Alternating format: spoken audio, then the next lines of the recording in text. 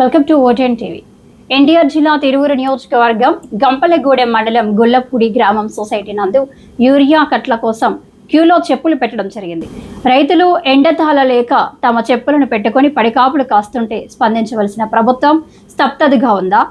Urea black మార్కెట్కి తరలిపోతుంది. అధికారులు పట్టించుకోవడం లేదని రైతులు వాపోతున్నారు. పంట చేతికి వచ్చే టైంలో యూరియా వేయకపోతే పంట చేతికి రాదని ఇప్పటికైనా ప్రభుత్వం స్పందించి యూరియా సక్రమంగా ఇవ్వాలని రైతులు కోరుతున్నారు.